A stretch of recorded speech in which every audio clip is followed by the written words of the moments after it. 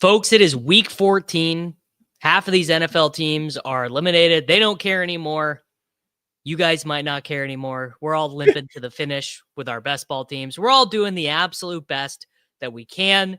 We did pretty well with the Pick Ems last week. We did pretty well with the picks last week. It is a menu of games. That's what I will say. It is a menu of games this week. I am joined by Rich Hribar to break them down, and then we're going to use the Unabated tool to do some Pick Ems. Let's get after it. It's Short King Summer, dude. It just feels like no one in fantasy sports ever learns anything. Does he mistime it, or is Brock Bowers just a grown man? Brock Bowers is just a grown man. Dare I say, Rich, football might be back. In the words of Lane Johnson, this offense looks constipated. It's Short King Summer. Mr. Hribar, how are you doing on this very, very frigid morning? It is cold, yeah. Man, I was outside with my dogs, and it's like, guys, I don't know if we're going on a long walk today. I did it yesterday. I got bundled up. I put the gloves on. I put the stocking cap on, and we did it. I don't know if I've got it in me today, man. The winter has descended upon the Midwest. Yeah, I went outside for the first time this week. Yesterday, my youngest had like a first grade like Christmas carol thing. You had to go to the school and they sing, 20 minutes of songs. And I was like, what is he even doing out here? It was snowing and it was just gross. And I was like, this is terrible. I was like, what am I doing with my life? They're lucky that this is why the cost of living is what it is where I live, and then that's what keeps me here. But I'm getting Murtaugh for this shit. I'm too old for this shit. No, you're very right. Reeves, I guess is this going to be the week where you look at your fantasy football teams? When will you be looking at your best ball teams? Like when the season's over and just see what I got. You're not looking until week 17. You're not even going to look week 17. You're just not going to look at all. I'll look afterwards and just see what I got, because I can't change anything, and I don't want to deal. Like, I just have enough things. It's holiday season. I had 3 kids. I've got to write worksheet games somehow through Christmas week, where there's games on Saturday, Sunday, Tuesday, Wednesday, Thursday. Like, I just there's enough things for me to deal with. I don't want to have to sweat if KJ Osborne's going to catch a touchdown or something. Not KJ, whatever the equivalent of KJ Osborne would be this year. But I can't do anything about it. Whatever I win, I win. Whatever I lose, I lose. Well, those are wise words. I would say I would be having a better time this year for sure if I took that mentality. If I wasn't looking, this is my first year really being all in on doing the content and sweating and stuff. So I was really keeping up with it. And man, let me tell you, you don't have Jamar Chase. You don't have Saquon Barkley. You don't have Derrick Henry. You're out in the cold. You're out in the cold, man. Our FFPC team got it together too late. We famously took Chris Olave over Cooper Kupp. Tajay Spears was our running back too. How about Brian Robinson Jr. though? How about old Brian Robinson Jr.? I mean, I remember coming on with you during the best ball season. We were drafting a couple teams, and I remember being real late to the Brian Robinson party, but I was like, man, this last month I'm going to draft a lot of I'm going to make an effort to draft Brian Robinson. I think I've been undervaluing him all year. And turned out, he was the one pick, right? That was good for us. He's definitely one of them. I believe, Rich, at least one of my teams that I am advancing through in Best Ball Mania is one that you and I did together. I'm looking at my stuff, right? Yes. So we have one team. You know what? You're gonna get shown this against your will. I'll accept this one viewing of a team that we have. You are gonna get shown this against your will. This is the team that you and I are advancing right now. It's a Jaden Daniels team, so that's not great. It's pretty far up in its pod though. We are up about 50 points. We're up 52 points. We're only counting on Kirk Cousins against the Vikings. But we've got Kyron, we have Aaron Jones. Jesus Christ. So that's it. We got Kyron and Aaron Jones. All the rest of our running backs are dead. We got AJ Brown. We have Drake London. We have T. Higgins. We do not have Rashee Rice. This was the team then, right? Where we took T. Higgins and the chat told us that he was just Josh Palmer. Correct. So all of our wide receivers other than Rashee Rice are, and how about that? Oh, we got Ertz. Marvin Mims points. We got Marvin Mims points. Everyone on our roster, including Luke McCaffrey, has everyone but Elijah Mitchell has contributed at least a point to the roster. So good to see Luke McCaffrey chipping in for the 1.3. Who are the tight ends on this team? It's got to be like Zach Ertz then, right? It is. It's Kyle Pitts and Zach Oh, Ertz. God. So, look, Kyle Pitts, Rich, he can get 16 in any given game. And that's true. Anyone can.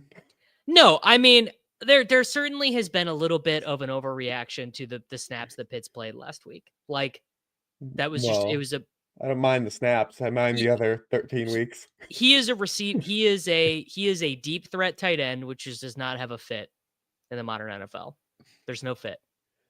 Yeah, semi-true. Kirk Cousins also just can't do anything. They can't run any play action at Kirk Cousins because he can't move. It's been one of the developments that's happened this season.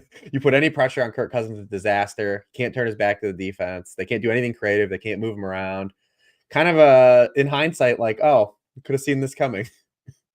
Who could have possibly seen it coming? So you guys might be wondering, this is a sports betting show. This is where the guys do sports betting. This is where we do their 5 favorite picks against the spread.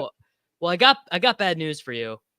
It's not a particularly great slate of sports betting. I made all my picks. So I'm in that picks contest with Sammy Reed, where we are in the league is called the Pentathlon. Derek Van Riper runs it, where it's sports betting, best ball, a Superflex auction league, a DFS league, and a survivor pool. And we are first. We are first in the picks pool right now, 58% on the year. So I've submitted my picks there.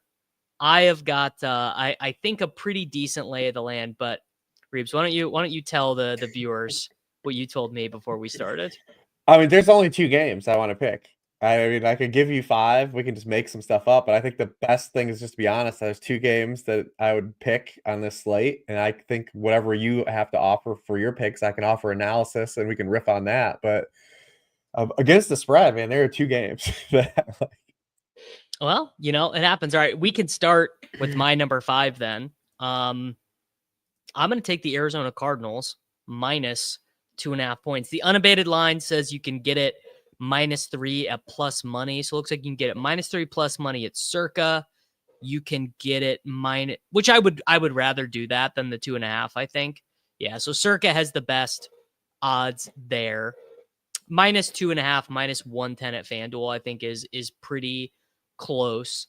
So basically, I don't know what has gotten into the Cardinals, but the last 2 weeks, it's the first time all year, Rich, that they have been positive PROE, +9, +12% PROE. Now, the layer on top of that is it doesn't really matter if you're positive PROE if you get a bad Kyler game. And I don't really know. I do not have the ball knowledge to diagnose what is going to be a good Kyler game, what is going to be a bad Kyler game. What I do know is that the good Kyler games are really good. He is 10th in the NFL in adjusted EPA per play, better than Baker, better than Mahomes, better than Hurts, better than Darnold, all these guys who've been playing very windy. Walker is banged up. Metcalf is banged up. The Cardinals defense, which was remember, Reeves, when we started the year, I took the Cardinals against the Bills, and you were like, dude, this defense stinks. And I assume their defense does still stink, but their coordinators and their coaches they play kind of the ultimate bend, don't break defense. Yep. They allow a lot of field goals and stuff. So basically, if you've told me I was getting a good Kyler game, I think I'd take this as my number 2, probably, if I knew I was getting a good Kyler game. But the Arizona Cardinals -2.5 points here. Yeah, both these teams are real tough to kind of pinpoint what they really are. Both teams have been very up and down week to week. Yep. I actually think that the pass rate over expectations a negative for the Arizona Cardinals, because literally my take the whole year has been Drew Petzing's a great run game coordinator, but the uncreativity and the lack of creativity that this offense has as a passing stance, when they're forced to pass, they're terrible. It's a terrible passing offense when this team has to play balanced complementary football on offense. That's when they're at their best. In the past 3 weeks, James Conner's rushed 36 times for 109 yards. that's just not going to get it done. Like this team, when they have to drop back and pass and the defense knows they're going to have to drop back and pass, they just don't have the pieces and they don't have the scheme that consistently wins. Outside of that fourth quarter in Miami, where they had to come back, like this, anytime that they've had to have a drop back passing game where the opponent knows that they're throwing, it just hasn't been successful. It hasn't been good. And then you have the Seattle side. Both these defenses have played good the back half of the year. Seattle's offense, though, too. This is another thing. Like they're skating by in these games, but their offense has been terrible since they're bye. And they're the third worst rushing team in the NFL. Only the Texans and Raiders have a lower success rate per rushing play than the Seattle Seahawks. And it's forced them into kind of a box because you're getting JSN contributions, but he's been like the lead receiver the past 3 weeks since DK's come back. They haven't been able to get DK like any easy looks. He's got a career high target rate of deep targets this year. And the Arizona Cardinals don't give up deep targets. Like you said, this is like the bend but don't break defense. They want you to complete a high rate of throws near the line of scrimmage, have long drives, just try to keep you out of the end zone. It's crazy, man. Yeah, this is a game that I just don't have a real good pulse for either of these teams. They just kind of are catawampus all year. So yeah, so I said I don't have a great feel for like a lot of this slate from a betting line stance. I like this one. I think effectively it's hard to price Cardinals games because you just don't know what Kyler is going to do, and their games are so subjective to how things go early on, right? Bad turnover, bad special teams play, you're down 10-0. Yeah, you're not going to want to have the Cardinals in that game. They have a great first quarter drive.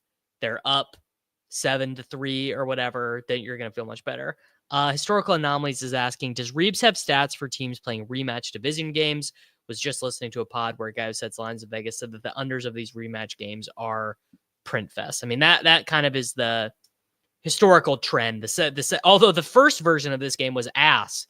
It was 13-3 and both quarterbacks. Low bar to clear. Low bar to clear. I would assume. So some of that, I've looked into this before, and some other people have too. It's a little noisy because, well, one, there's like typically rematches happen later in the year, and then there's like weather stuff. Like scoring typically drops the last month of the year, anyways, like as a league wide trend. So there's like a lot of noise that goes into it. This one definitely, like you said, for it to go under the first match, but it can go under totally. I could definitely see that. I think that would probably be my lean in this matchup because both these offenses are bad, but. If you have been holding Cardinals this point in fantasy football, I do think that you're going to be happy after this week. I mean, their playoff schedule is really great. And I know that like guys like Marvin Harrison Jr., some teams that probably took Marvin Harrison Jr. at the 1-2 turn aren't going to be in the fantasy playoffs. But if you did get through, I think you'll be in a good spot. I mean, Peter and Pat and Gretchen and I, we have a team that is through to the finals in our main event. We took Marvin Harrison Jr. in the second round. I want to say we took him 14th. We benched him last week. In fact, we benched him multiple times. We have benched. We did the Bowers McBride thing.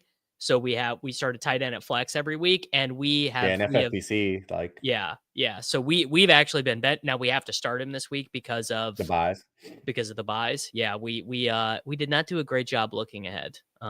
In fact, but if you're through it, you did a good job. Well, Reeves, there's another team I have in the main event where we did the math wrong on our fab. We didn't communicate. Although this week is for 2K, right? This is 4K.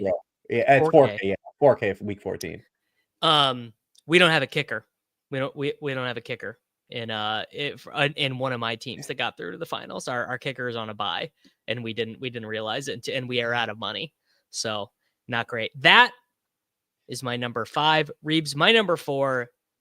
I assume that everyone in the chat. Where do you think Marvin Harrison Jr. goes in drafts next year? Where's Marvin? 2-3 turn. The Jalen Waddle, Chris Olave, honorary, disappointing young wide receiver who, if you squint, you can see it spot. I don't think he falls much. I think we see Barkley go way up from where he went. I think the first round is going to look remarkably similar. To this last year. McCaffrey will leave the first round, and Breece Hall will leave the first round, but Bijan will remain there. The wide receivers will remain there. Jahmyr Gibbs will remain there. I think Ashton Jeanty will pretty clearly be a first round pick, assuming he doesn't go somewhere truly terrible. Like assuming Ashton Jeanty goes somewhere where he is very clearly the starter. Tyreek will He'll drop. Tyreek will drop. Puka will clearly be a first round pick. Bowers they might not even have Cup next year. Yeah, Bowers will probably be a first round pick. Yeah, Marvin Harrison, he'll go like 19th. Marvin Harrison Jr. will be like 19th overall. And you know, Derrick Henry will be a 5th round pick, and Derrick Henry will probably be pure profit for drafters. I could maybe be more into that. All right, Reeves, you ready for my 4? This is probably a scorching hot take. I'm taking the Los Angeles footballing Rams plus 3.5 points at home to the Bills. So the big stat on the Bills this year has been their boundary corners have been awesome. They've done a great job against boundary wide receivers. And I don't remember who said this to me this week. Maybe Liam. I can't remember. Maybe Crane.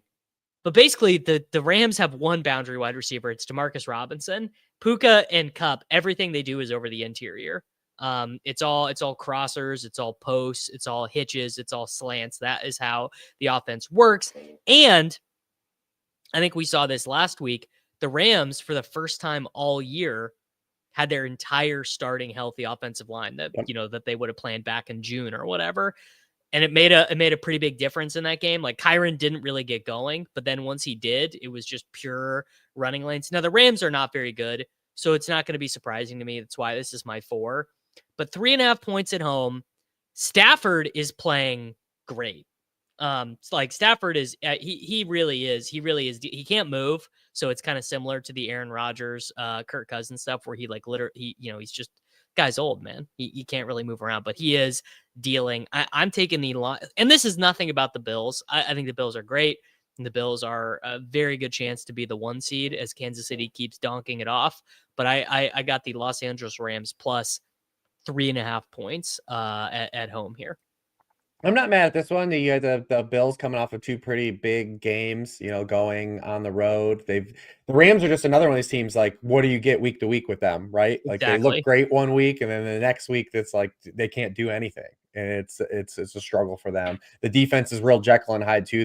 They rely on pressure. When they don't get pressure, they're really bad. When they get pressure, they're really good.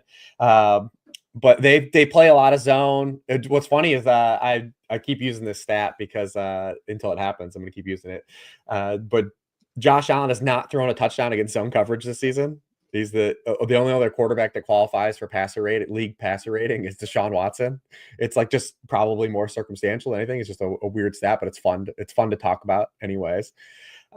What's cool about this matchup is you have the Bills who want to inherently they play a ton of zone. They play a ton of like cover 4, cover 6. They want to force things to the interior. That's why they're so good against boundary wide receivers. Is they want you to force throws over the middle field. That's why running backs have a high target rate against them. Tight ends have a high target rate against them, but that's not what the Rams do. They throw to wide receivers more than any team in the league. So it's kind of a fun like cat and mouse game. I wouldn't be worried about either of the Rams wide receivers anyways, because we just saw them 2 weeks ago get over against the Eagles, who haven't allowed any points to wide receivers at all.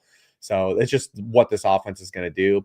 If they can hang in this game on the scoreboard, that's when it gets interesting, because the one kind of vulnerable area with the Bills that they have this year is they can be run on, and they will give up a lot of runs in the interior. The 49ers were running well on Sunday night, and it was in the snow, which helped them. But then once they fell behind, it was just disaster. They couldn't do anything else in that game. But yeah, Kyron would be the kind of guy you would look to kind of keep them in this game and hang around. This is another game that could potentially like go under. Like if it goes over, the Rams aren't winning. Oh, yes. Yeah. This is a shootout. The Rams are lost. But if the Rams can kind of just do like kind of the Rams formula for success this year, it's not splash plays. It is 11 play drives where Kyron Williams gets 7 or 8 rushes. Stafford converts a couple third downs, and it's like, oh my God, 7 minutes and 45 seconds just got taken off the game clock on that field goal drive there.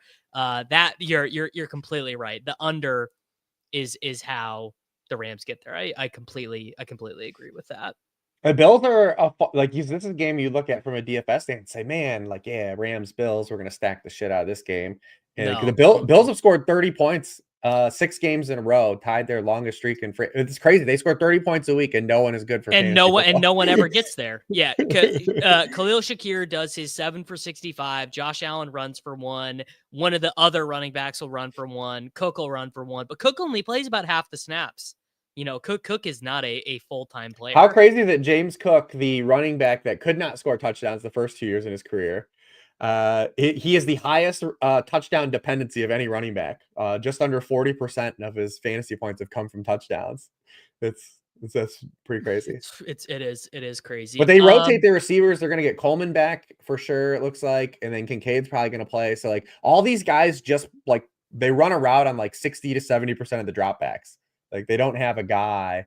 Their primary wide receiver is Shakir, and he doesn't score touchdowns. So he sure don't. He has 1 end zone target. All right, I've got my number 3, and as you mentioned, it's not great. It's not great this week, but I am taking the Miami footballing Dolphins -5.5 points at home against the New York Jets. So the Dolphins have done this really interesting thing where their offense is not good anymore, which is just I imagine fun. It's not fun. Exactly. It's not fun anymore, but it is now designed kind of Ramsey, actually, where it's like, all right, we'll do Achane, we'll do Jalen Wright, we'll complete a 7-yard hitch to Jonnu Smith. Tyreek Hill is exclusively used close to the line of scrimmage, you know, like it's these long 8 to 10 play drives. The success rate is really high, but the explosion rate is way down. And that's actually not what the Jets want to face right now. Like, the Jets being able to hang with the Seahawks last week was more about the Seahawks than it was about the Jets. Because, and the other thing is, the Dolphins front 7 started out the year being brutal. They were really bad. They were injured. Like, it was a spot to target. Now they've been awesome. The run defense for the Dolphins has been very good. I know they got smoked on Thanksgiving by the Packers, but I think not in the run game though. They were good against the run. Not in the run game. Yeah. And I've been against the Jets for like each of the last 4 weeks, I think. And I do not know off the top of my head how many of those the Jets covered or they didn't. And there's been flashes of like, oh, Aaron Rodgers threw that's what it was. The Seahawks special teams kept messing up. It was like awful, man. It was terrible. But the Jets are a bad football team that's on like their 9th coach of the year. Rodgers can clearly still make all the throws. This is really actually not that one to Garrett Wilson. He truly cannot move. You want to talk about guys who cannot move? Rodgers cannot move at all. Brees has not been good. Brees has been so bad that he's now losing passing downs to Isaiah Davis, which is just like, well, he's hurt too. Yeah, he's hurt too. Yeah, and it's like, I don't know. I'm not meaning to castigate Brees. I'm not meaning to castigate Garrett Wilson. Sauce probably won't play. Yeah. Basically, this is a team that is fighting for its life. I think the Dolphins are still theoretically, it's possible for them to make the playoffs now that the Bengals are dead. I think this is a cold, just basically this is the spot where the Jets give up. This is the spot where Tyrod Taylor comes in the game in the 4th quarter. This is more of a vibes based wager than anything else. Yeah, I mean, betting against the Jets has not steered anyone wrong at this point of the year. They're pretty miserable. Yeah, the Dolphins just aren't fun. It's a division game that kind of threw a key number. Oh, definitely through a key number. Yeah, I mean, it's through 4 through 4.5. I guess if it was 6, I would hate it, but 5.5, I don't know. Yeah, Jets pass defense hasn't been nearly as good since they fired Robert Saleh. Sauce probably won't play. There's nothing positive. There's nothing positive to say about the Jets. No. Where do you think Rodgers plays next year? It's a good question. Vikings. That's a good question. What do you have? Vikings come back. The full Brett Favre circle. The full Brett Favre circle. Yeah. No, I mean they'll McCarthy, right? Like they got to play McCarthy. You can't go 2 years and punt the first 2 years on a guy's rookie contract. Well, maybe the second surgery ends up being complicated. I don't know. Yeah, You it's never true. I mean, know. they're going to have insurance, but do you just bring Darnold back? Does Darnold stay? Does someone offer Darnold a bag? There's a lot of things moving in that situation. I don't know who else. Like, I can't even think of who else would even want to. Like, what organization would want to sign Aaron Rodgers? The Raiders. That's the one. Raiders, and then he makes him trade back for Devontae Adams. Antonio Pierce would be the one. Is Antonio Pierce gonna be the coach of the Raiders next year? That would be preposterous. That would be truly one of the most preposterous things I could imagine. Okay. That those were my 5, 4, and 3. The Arizona Cardinals, the Los Angeles Rams, and the Miami Dolphins. Reeves, are we now to your? We can now do the 2 games that you like. Yeah, the 2 games I like. The first one is the Bengals, who are dead, but are not going to just die. This was my one. Yeah, I mean this line when it opened felt ludicrous to me. Like it should be like 7.5, and it's 5.5. Maybe they're counting like because how could you know if Jamar Chase wasn't going to play? But he's going to play. So the Bengals were just a victim of circumstance this year. Like definitely the defense is not as good as Lou Anarumo defenses have been in previous years, and entering the year with no safeties was a move. It was definitely a decision, even though they did sign one on the opening day of free agency. But this Cowboys team is terrible, and when you look at the Bengals have faced terrible teams outside of that opening week 1 against Patriots, they've handled business. It's just they faced a really hard schedule. They blew some games at the end of games. They lost a lot of close games. But these teams that they should work, they have worked. Like they beat all of them by over 7. They beat the Raiders by 17. They beat the Browns by 7, and they beat the Giants by 10. This Cowboys team is getting a little bit of leeway, but I think when you look back just a couple weeks ago when they faced the Houston team that is not even really that good, I think the Bengals are better than the Texans, and they couldn't do anything against the Texans. They can't keep pace with a good offense. And the Bengals are going to move the ball in this game. They're going to score points in this game. So, yeah, I just feel like this line is crazy to me. I show it should be over 7. I mean, I assume that the reason it is this way is just some question And of Cowboys bets. motivation.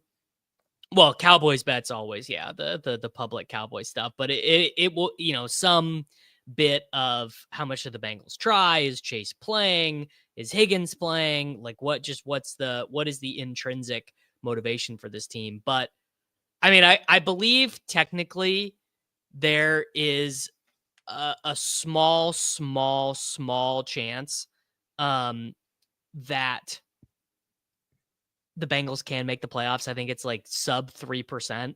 So I would assume that means and Zach Taylor can't punt the rest of the year. He just doesn't have that luxury right now. And the Bengals probably don't fire Zach Tayller because that's not what their organization typically has done.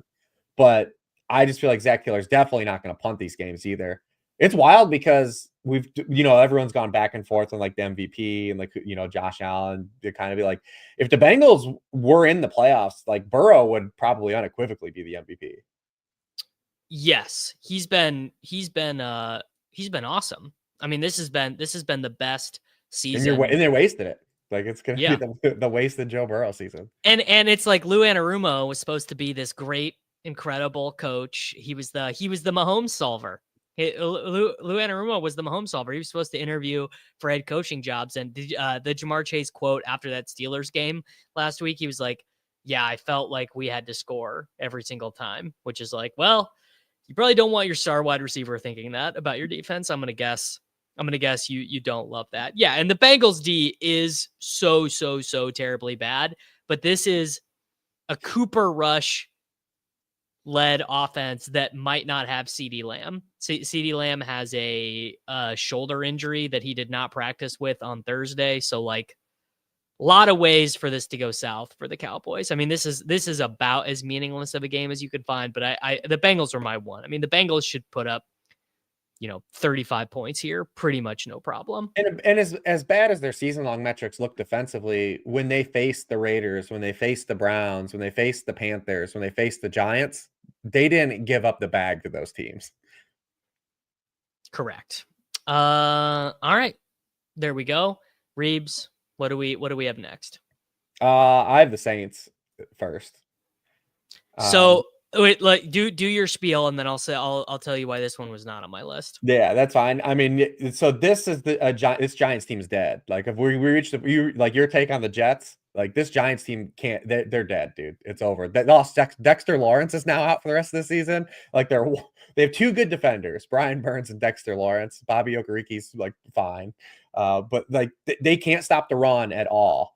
They're gonna just get melted on the ground. They let Rico Dowdle walk all over them on Thanksgiving. They sure did. The week before that, the Tampa Bay backfield had over 200 yards. The week before that, they are on bye, but then the game before that in Germany, Chuba Hubbard had almost 200 yards.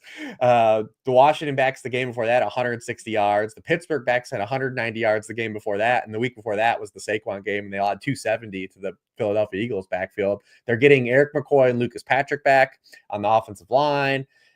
This is like Rizzi's not punting games either. Like I just don't think that the Giants are going to beat anybody the rest of the year. I think you're probably right about that, but my concern and the reason they couldn't cover against the Cowboys.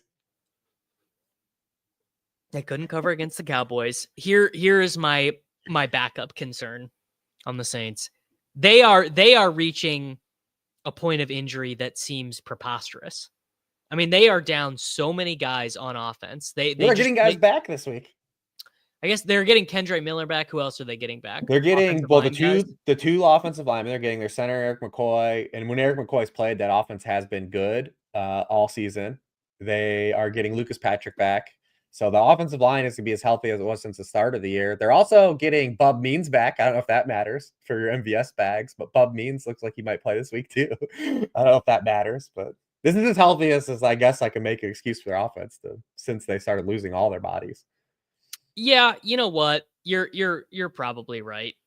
Like this one probably should. But this is also more of a thing against the Giants. Like that's the thing is I didn't want to. How many 7-yard completions to Malik Neighbors do you need to win this game?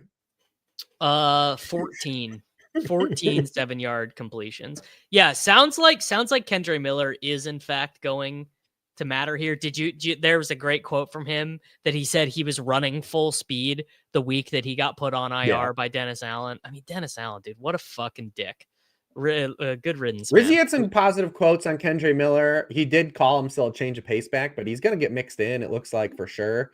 I will say this, Kamara is only 106 yards short of his first 1,000-yard season. Like, they're going to definitely make sure he gets that. Yes. Yeah. This is a huge fantasy spot for Kamara. He's gonna smash. I don't think he's gonna rival Mr. Barkley this week. Reebs, my number one is the Cleveland Browns plus 6.5 points. I tried this last week and Winston boned me. Well, yeah, different line, different team, different spot. I'll say this. I don't buy holistically the idea that the Pittsburgh Steelers are an elite NFL offense. I think Russ is playing better than anyone would have anticipated. He obviously, if it was allowed, if you could come back from sucking the way you used to be able to. Yeah, they changed the rule. He would definitely be, if the rule was the old rule and they didn't change it because they fucked up and didn't give it to DeMar Hamlin when it was DeMar Hamlin's award, who would be getting the award for coming back from sucking, Darnold or Russell Wilson? Probably Darnold, but I think Burrow would have won it anyways. Oh, sure. Yeah. I guess I forgot Burrow. He's been like the leader for like 6 weeks. Like it's like not even close. I think he's like minus like 400 or something, like something crazy. Yeah, he probably is. So the deal here is basically, I think the Steelers probably win this game, although it certainly would not be impossible for me to see the Browns win this game. But if you just turn Jameis's interceptions, the pick sixes, into regular interceptions instead of pick sixes, I mean, the Browns could have beat the Broncos if they were just regular interceptions, right? I mean, I feel good about the side I was on. It's just I got Jameis. You got Jameis, and of course I could get Jameis here, but it's sort of the way I go about sports betting. And there's a reason why I'm doing a free YouTube show with my picks and I'm not charging you for them, is I mostly go for the better offense. And I don't think it is even arguable right now the Browns offense is better. They have greater splash play potential. They have better players all around. They might get Tillman back this week instead of having to play Michael Woods, which was just like a really random thing. He's played him instead of Jamari Thrash. But yeah, I actually think this is just a very high number all the way through 6.5. I mean, where did this, I think you can even get it. Yeah, you can even get it at 7. You can get it at 7 at Circa, 7 at Bet Online, 7 at Caesars. I mean, I would definitely prefer to take the 7, I think. But yeah, I like the Browns here, especially at 7. I really like the Browns at 7. I bet this over when it opened at 42. So I did touch that. So I mean, since the Browns have started Jameis, they're 4-1 to the over, and since the Steelers have started Russ, they're 5-1 to the over. So That I'm makes sense. hoping we get there. They scored and they beat this over in the snow game 2 weeks ago. So They sure did. Hopefully we can get back there. The Steelers are getting Alex Highsmith back, which is a good deal. Like, I mean, that's really, I mean, their defense is good still. Like, the Steelers defense is still really good. The Steelers are just a team, man. It's like, it's so funny. Like, being a Steelers fan has to feel so weird, right? Because, like, you're constantly in a good place. You feel good. Like, Tomlin's done an amazing job again this year. But, like, do you feel like you have any chance? Like, really? There probably are some fans who have talked themselves into that they can. It's such a weird thing, right, with the Steelers. Well, the Chiefs are looking pretty vulnerable. The Bills can be run on. And then the thing is with the Ravens, it's like, I don't know, what do you criticize about the Ravens? I guess their pass defense is terrible. They keep losing to the Steelers. But they just keep losing. They just keep losing. So I think you could, I mean, I don't believe this at all.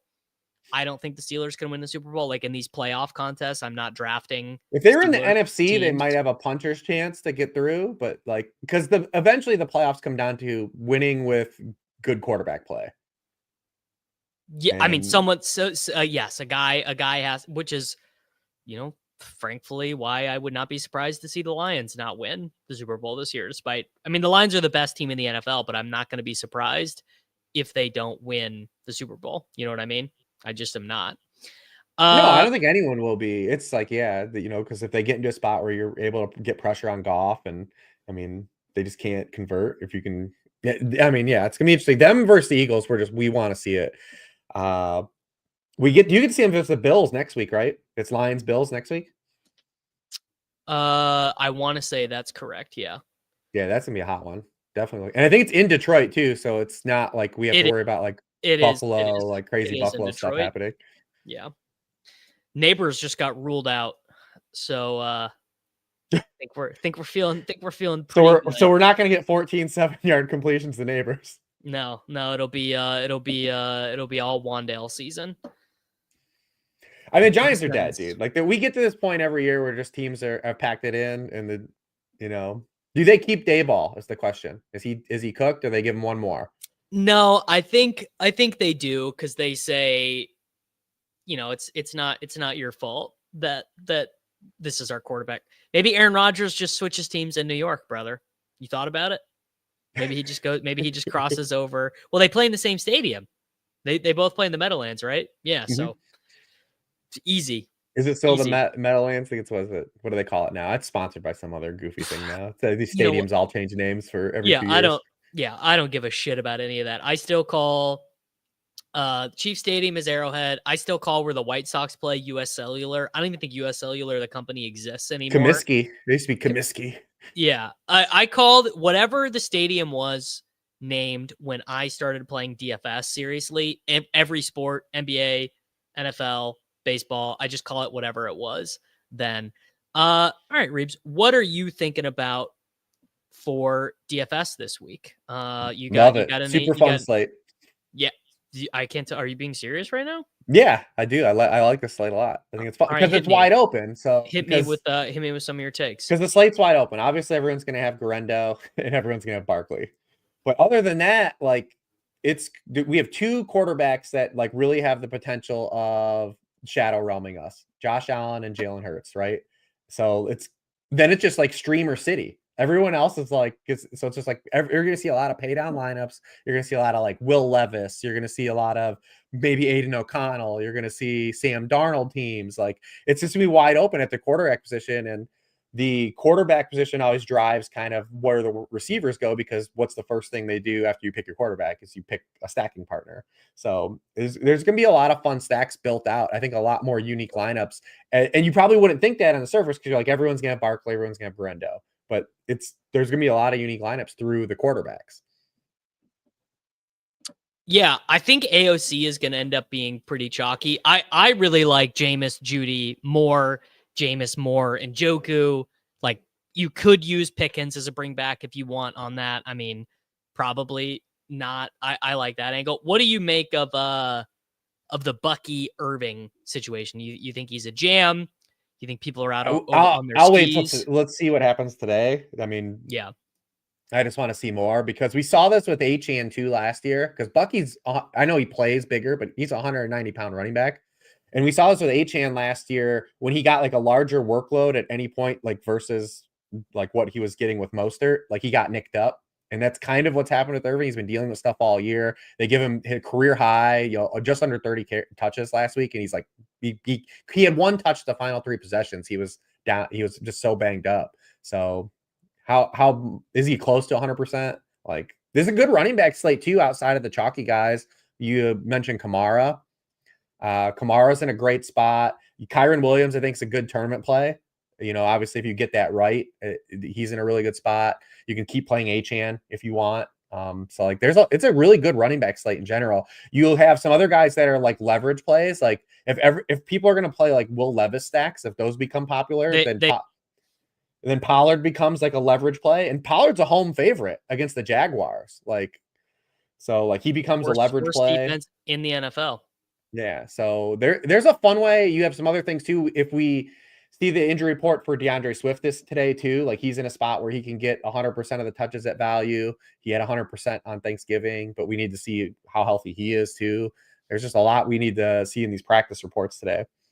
Yeah. Speaking of that, let's do it, man. Let's cook up our pick 'em entry, dude. It's time. I was just searching for Wan'Dale Robinson just to see if I could peel anything off there with neighbors questionable. I was not fast enough, but I will allow you, as always, the first pick here. Let's start with how about Justin Jefferson? Wow, Reeves, I was hoping that I would get your unique statistical insight on Jefferson. What do you make of this matchup? What do you make of by the way, the Jahmyr Gibbs longest rush did hit again last night. Has it ever not hit? Not this year. He had, I think week 2 or 3, he had like his longest run was like 8 yards, but the books were on it this week. I think enough people have gotten around. It opened at 16.5. I saw a bunch of people ended up getting it at 18.5, 19.5. And he had a 20-yard run to just barely sneak by for everyone that bet it. So the books are definitely upping it. Well, as they should, and maybe eventually it'll get long enough. We'll start taking the under. It'll get to like 22 yards, and we'll start taking the under. And everyone's take last night, I think, was kind of wrong about Dan Campbell, and everyone's been wrong about Dan Campbell, I think, for the last 3 years. So it's not about analytics and math with Dan Campbell. It's vibes. It's about hanging dong. Yep. Like, the man is out here to hang dong. He said, like he's out here to win games. Like, it's never about like this is going to give us the 2% edge. Dan Campbell, he wants that. He's Thunder Gun Express. The guy is a football guy. He wants to beat you over the head.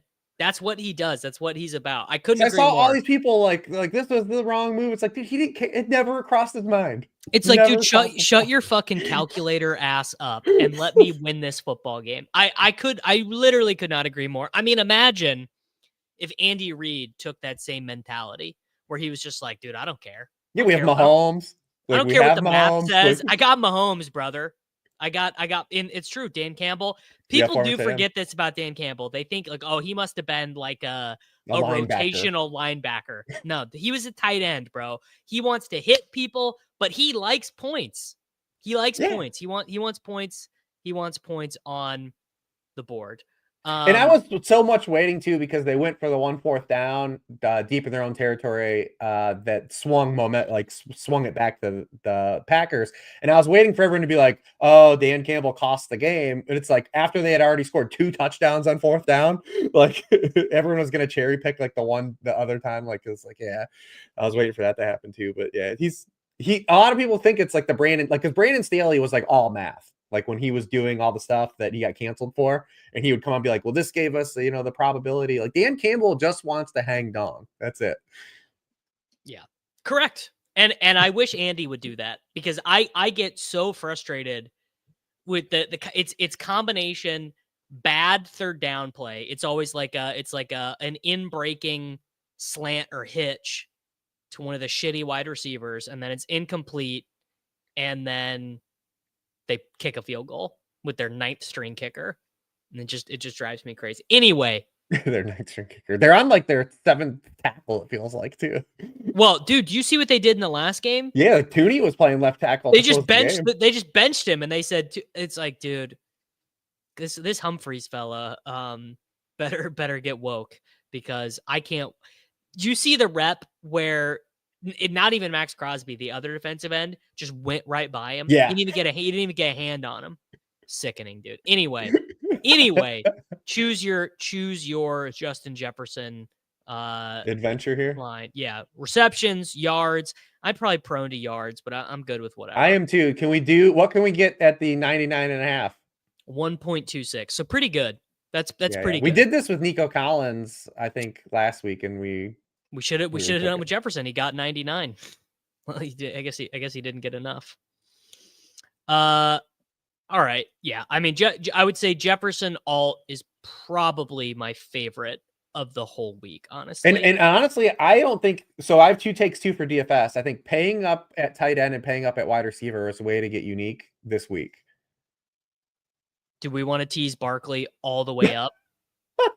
Do we want to tease Barkley all the way up? Barkley, though, because I know they're going for some of these records, but like they'll show in the second half, like they will not play him.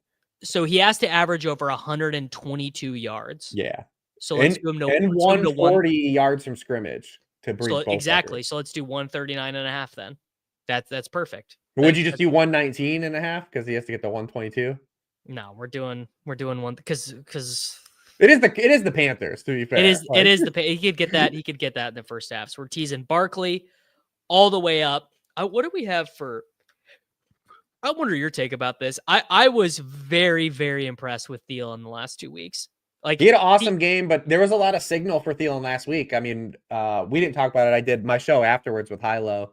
We talked about that Thielen was the bring back for the Bucky Irving stuff. Like everyone was playing David Moore, and we were like, "Now, Bucks, you want slot receivers against the Bucks. Unfortunately, against the Eagles, you don't want any wide receivers. You don't want anyone. The exciting whites, man. The only points that they've given us, given up to any wide receivers, is to Nakua. Well, Thielen, Nakua, since they're by, Thielen, Nakua. Dude, Puka Nakua is Anquan Bolden. Adam Thielen is what is Adam Thielen if not but 90-year-old Adam Thielen? Coker coming back is coming in for David Moore. David Moore is a 29-year-old guy who's been on 6 teams, including multiple practice squads. Jalen Coker is not stealing Adam Thielen's snaps. Let's do 49.5 receiving yards for Thielen. You good with that? It's low enough where I'll accept it, but This is the one where we lose. Well, you got to choose something to lose on, like a man. Who would you like to look up? Mike Evans. Mike. Another guy. They're going to try to get him this 1,000 yards. There's no way they don't. Baker did an interview last week, and he has the number memorized of the yards per game that Evans needs to get there. 99.5. If you do 80, I'd say do 89. Do a little safer. Okay. A little safer. Raiders only allowed 100-yard receiving game all year. Exciting whites. Cooper DeJean versus Adam Thielen. Matchup of the century. And if anyone have you ever seen the Cooper DeJean basketball highlights? Yes. They're pretty impressive. He had They one are. move where he just wants to go right and dunk on you. That's like all he did. Like no one ever took away his right hand. It was just incredible. Like he's just that good of an athlete. Well, yeah. I mean, that's how you end up becoming an NFL corner. All right. Can I sell you on which of the Browns wide receivers, Njoku, It's still Judy, or Tillman, or Moore rather?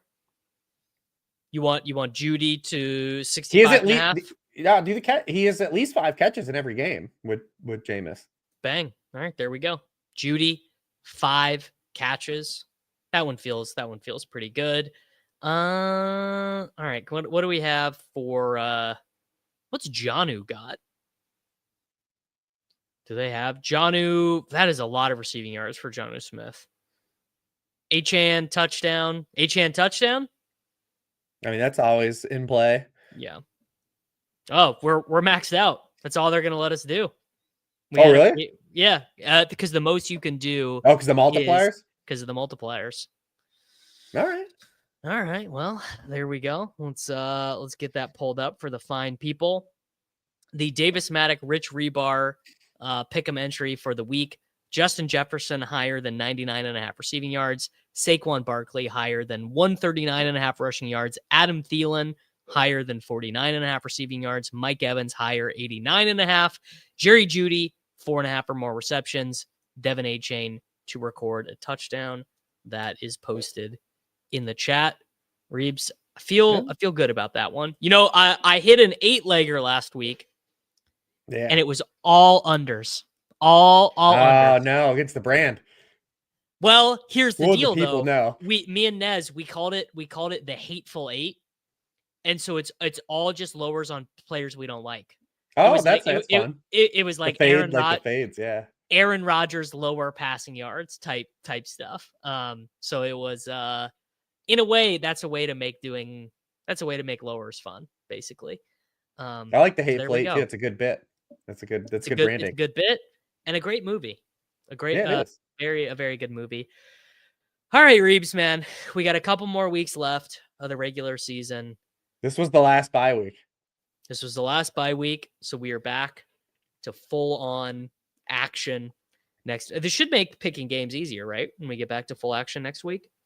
I hope so. Yeah, this slate just in general, you start to see anyways too towards the end of the year, wider lines. Like we kind of know what these teams are at this point, what teams are packing it in, all these different variables come into play. I'd rather bet player props anyways too, so this should be solid. Yeah. All right, you have to go do the show with Mr. And we're gonna break down some DFS. All right. Well, if you want, you're gonna do the Hateful 8. I'm going to do the Hateful 8. I'm going to pull up the old Unabated Sports Pick'em tool. We're going to rip some Pick'ems, and then I'm going to get out of here. Reeves, anything? Sharp Football, Christmas, free, $5. What do we got going on with Sharp Football right now? That is a great question. But always the primetime games are free to check out.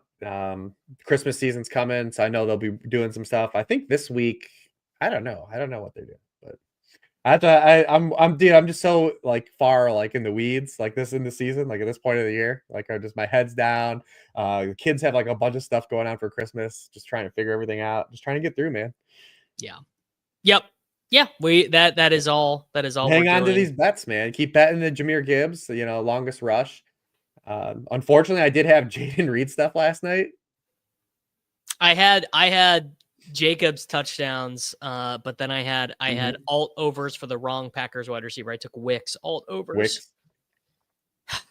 Dontavian Wicks, man, what a painful experience. All right, Reeves, thank you very much for hanging out. I appreciate you, brother. Yeah, absolutely, man. I love coming on. I only gave you 2 picks, and we still did a whole hour. We were good. Look. One thing about you and I, we are gonna find a way to fill the air. There's never been a question of filling the airwaves between. You remember that stream we did where it was like, Reeves, you got somewhere to be, and then we just kept drafting teams. We just kept drafting Trey Tucker. We were on for like 4 hours. We just kept taking Trey Tucker. I'm surprised that team that you showed didn't have Trey Tucker. I'm surprised too. I know that I have a good bit of Trey Tucker. I can check right now. I have Trey Tucker on 14 of my teams, including 2 advancing ones. including a and solid one pick. who's close. This one's close. Rashee Rice. Man. Thanks, but no thanks, Rashee. Not loving it. Not All the loving value Rashee picks Rice this year experience. got destroyed. And there's been no Puka Nacua, Kyron Williams. There's been no true last round pick who's smashed. Yep. Yeah. All right. I don't think they pulled Jefferson yards. I think it's unlikely. You just refresh, I would guess. All right, Reebs. Thanks for hanging out, man. I appreciate you. Yeah, absolutely. Good luck, everybody. Later. All right, boys. We're gonna do some pick'ems. We are gonna head on over to Unabated Sports. There is a link to sign up for Unabated Sports in the description of this show. If you're listening to this in audio, it's there as well.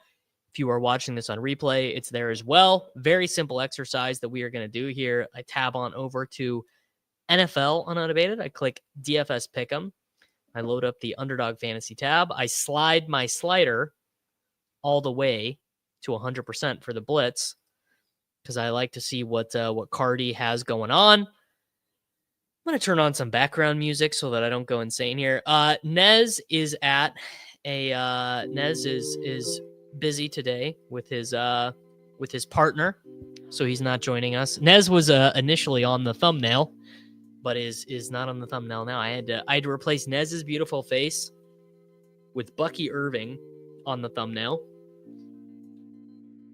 But I have pulled up here the Unabated Sports DFS Pick'em tool. What this tool is, if you're new to the program, is it runs a sim based on Derek Carty's blitz projections, runs that sim against the line on Underdog in the Pick'em app, and it tells us the edge that we have. And I feel like it's going to be a pretty good week because I agree. It's always nice when you start to agree immediately with the lines. So our first one here, how is this? What is this? Chubb carries at 10.5? Brother, Nick Chubb has beat that every game except for the Denver game. I wonder, is that a mistake? I wonder, is that just, well, no, it's not. All right, plug it in. DFS entry builder.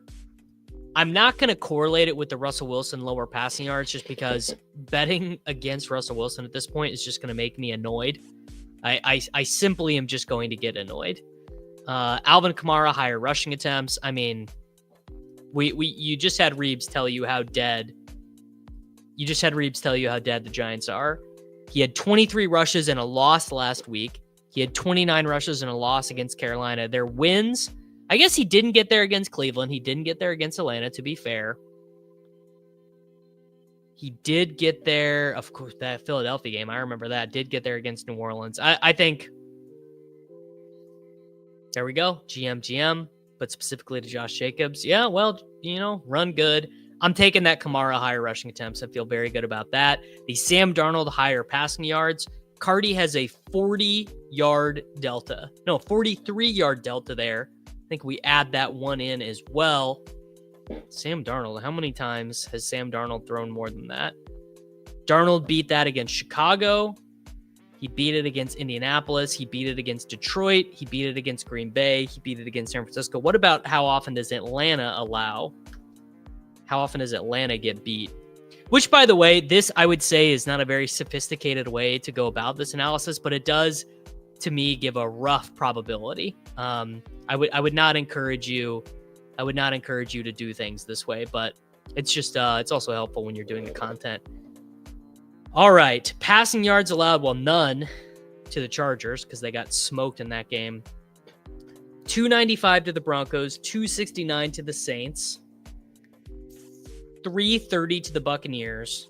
Well, so that one actually, I think this one is a little bit closer than Derek's line, but I am going to toss it in there.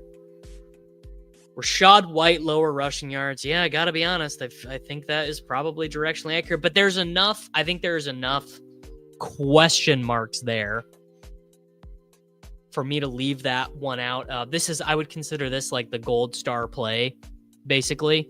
So I'm gonna leave that one out, and we can potentially come back to that one on a later entry. Travis Etienne, higher rushing attempts, huh? Well, how many rushing attempts has Etienne gotten in the games with Mac Jones at quarterback?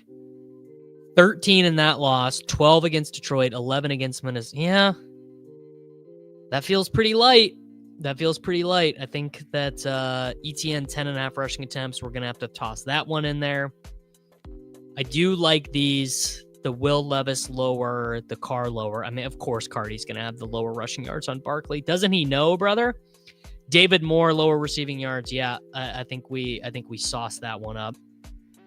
Because if you look at the playing time, so let's look at the playing time for old Jalen Coker. So the most recent game that Coker played was this game against the Giants on November 10th. Let's check the snap counts there. Panthers snap counts at wide receiver. So this was before Adam Thielen came back.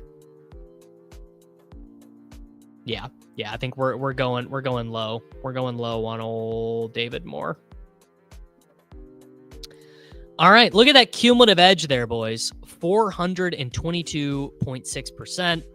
Cuts it in half with the insurance. We are going to do both. We're going to do what Andy MSFW taught us.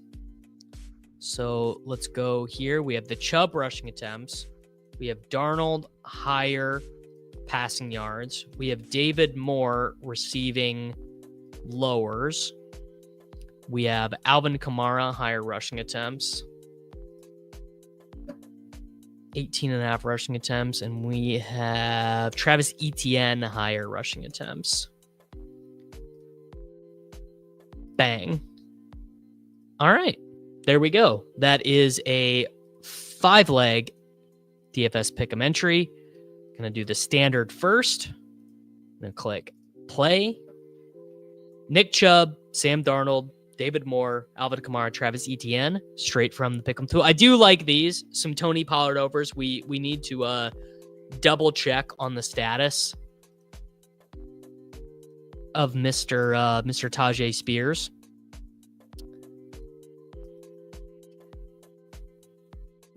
And once we do that, we are gonna. Oh, I do need to make sure to put that. There we go. That is in the YouTube chat, and I need to put it in the description. DFS Pick'em entry with the unabated tools. All right, there we go. That is in the chat. That is in the YouTube description. Now we simply click reuse players, and we do it in the flex. So now we will get our money back. Well, actually, if we get 4 out of 5 of these correct, we will make $2.50. Which, buddy, sometimes you get that Pick'em Champions notification at the end. Oh no. The August 14th Swolecast BBM draft. I believe, Mr. Spurf, that is my best team. I believe you are referencing my best team. Yep, this team right here. Will Levis, Justin Fields, Drake May, Saquon Barkley, Montgomery, Brown, Corm's a 0, Dobbins 0, right? Basically 0. Lamb, Neighbors, Cooper. Oh shit, my wide receivers are dust here. Bowers and Chig. We'll see. All right, let's get back to these streets, and let's build another entry, because I'm liking the direction of these plays. I think that me and Cardi are on the same wavelength.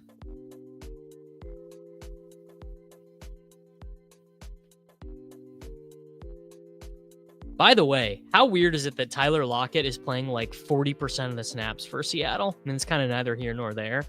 All right, Geno higher passing yards. I mean, how many passing yards did Geno Smith have in this matchup last time? Did he eclipse 150 passing yards 2 weeks ago.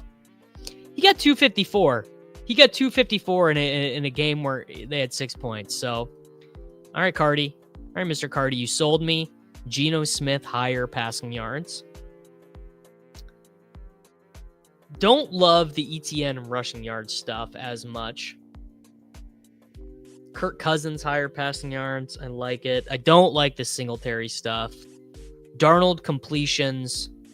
Foster Moreau receiving yards. Don't like the league at lower receiving yards. Tracy, close. Oh, Corum. Yeah, Corum lower rushing yards. Corum lower rushing yards. I mean, Blake Corum, I believe that was the first game he had more than 4 rushes. First 8 for 42, 5 for yeah.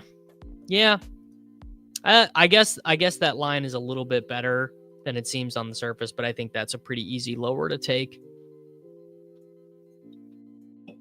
Well, not you two, Derek.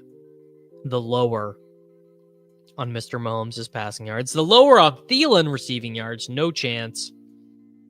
Wow, huge delta here for Jordan Addison. That's almost a full reception more. Why is that so low on Jordan Addison? I feel like Jordan Addison gets 4 catches every game. 4, 8, 3, 2, 5, 2. Well, okay, never mind. I'm wrong. Isn't that kind of funny when you are looking at something that's data based versus like take based, and you're like, oh no, that can't possibly be right. And then you look at it and you're like, wait, no, actually that's very right. All right. We'll take it. We'll add the Jordan Addison higher receptions. No chance am I taking a Barkley lower this week. Well, let's do in the same game. We'll do the Kyler Murray higher passing yards. How many is that? That's 4. Would never take a Jameis lower. Would never take a Noah Gray lower. We'll do that. We'll do the Drake London higher receiving yards. Drake London saw 16 targets last week.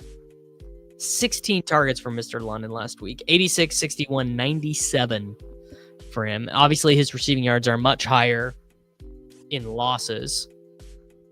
Yeah, I think that is about what you'd expect. All right, we have got Geno Smith, higher passing yards. Feels like Derek and just projection systems in general are kind of higher on Geno Smith than normal. We have Blake Corum, lower rushing yards. We have Jordan Addison, higher receptions. What is Jordan Addison's 46? I mean, that just doesn't make any sense. Yeah, Jordan Addison, 3.5 receptions. We've got Kyler Murray's higher passing yards. 228.5. Those feel pretty low. And we have Drake London receiving yards. Drake London. Let's just do it to 69.5. Why not? All right, there we go. We will do the flex entry. Geno Smith higher than 251.5 passing yards. Blake Corum 17.5 rushing yards. Jordan Addison 3.5 receptions. Kyler Murray 228.5 passing yards. Drake London 69.5 receiving yards. Posted that in the YouTube chat, and I will right now put it in the description. Straight, unabated DFS Pick 'em tool plays. Bang, got it. And then I will I'll reuse these players. I do love that. It's one of my favorite things. Now, next we're gonna do the octopus, and then we're gonna do the Hateful Eight. If you guys have thoughts for the Hateful Eight or the octopus, put them in the chat. If there's a Hateful Eight player you're begging to fade, you know what we should do? We should maybe do. I kind of do think they will. I do sort of feel that the Vikings will get pushed this week. Maybe it's just a little bit of a feeling, but it feels like this is really a week where mean, it's, it's the Cousins revenge game, all that stuff. I kind of just sort of have a feeling. All right. Now, I do have it on good authority. Nez sent me via Discord DM. He sent me his nominations for the Hateful Eight. So I have Nez. Oh, the Octopus is 8 touchdowns. So we do 8 anytime touchdowns, rushing plus receiving touchdowns. And then the Hateful Eight is 8 lowers. So all lowers. Nez sent me 1, 2, 3, 4 guys to put in the Hateful Eight. So we've got that. There we go. JJ McBride. All right. You know what? Sold. Let's clear the tab. We will do Justin Jefferson to add a rushing or receiving touchdown. And this might be helpful, actually. Let's check over here on the solver and just sort by, this might be helpful. Just sort by projected fantasy points. Yeah, I know. This is so true. Cousins, 0 TDs and 6 interceptions over the last 3, but he gets to play against his old team, man. It just feels like it's going to happen. I don't know. Maybe that, I suppose that is very vibes-based analysis of me and maybe not serious analysis that would, align itself with our friends over at Unabated, but boy, do I believe it. I don't think it happens yet, Bruce. I don't think that we see Penix yet.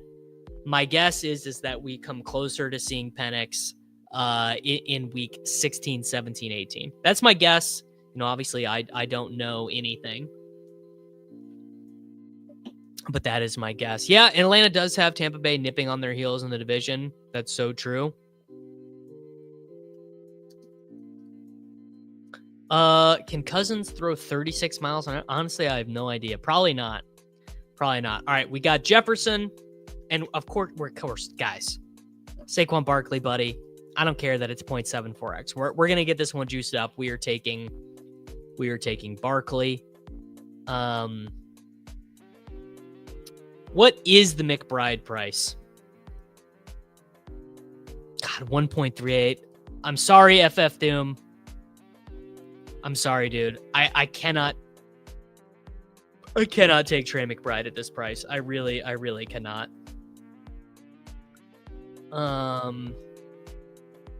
What do we have? What is Bucky's price? Oh, let's do Mike Evans. Mike Evans is maybe even better than Bucky. There you go. Kamara. Yeah, no Taysom. What is the Kamara? 0.82. I don't love it, but again, we have the multipliers with Jefferson. We have the multiplier with Evans. So we need to get a little bit of a spicier one in here. Jacksonville. What is Pollard? What is Tony Pollard to record a touchdown? Even money. We can come back to that one. It doesn't have to be in the Octopus. What is Josh Allen to record? 1.16x, brother.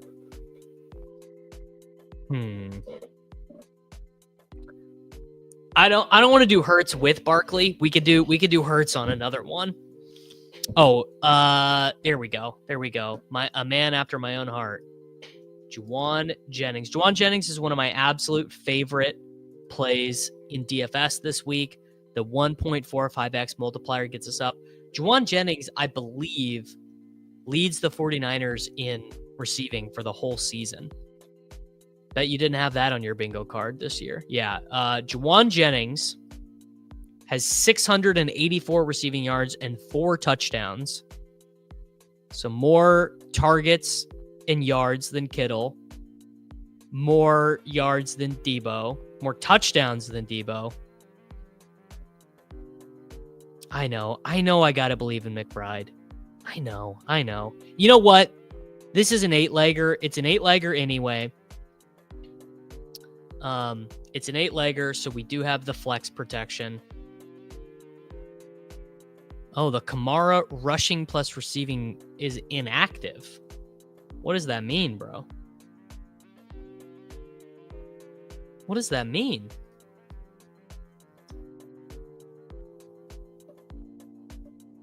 They took away our Kamara touchdown.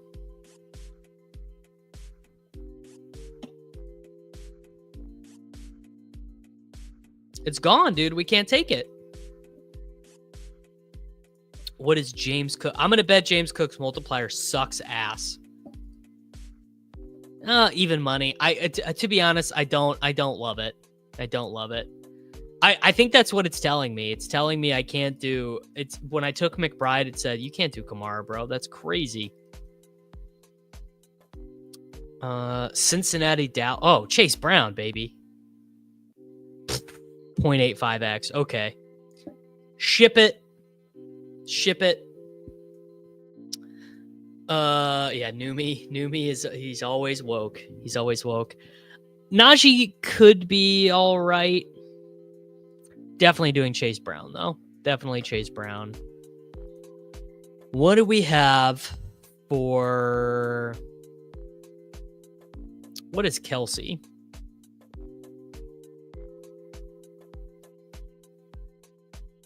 What is Travis Kelsey's touchdown multiplier against the Chargers? Are you guys going to hate me? You guys going to hate me if I take this? Because I think I'm going to. He's just so good against the Chargers, man. Oh, there we go. Kamara's back. So we can finish this. Let me refresh again. Gray's is way too low. Gray's is I think it's like 1.74x.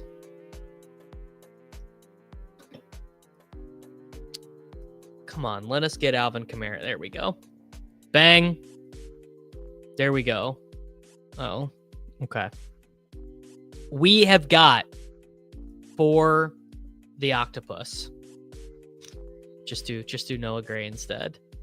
Okay. For the octopus, we have Justin Jefferson to record a touchdown. Saquon Barkley, Mike Evans, Juwan Jennings, Trey McBride, Chase Brown, Travis Kelsey, and Alvin Kamara.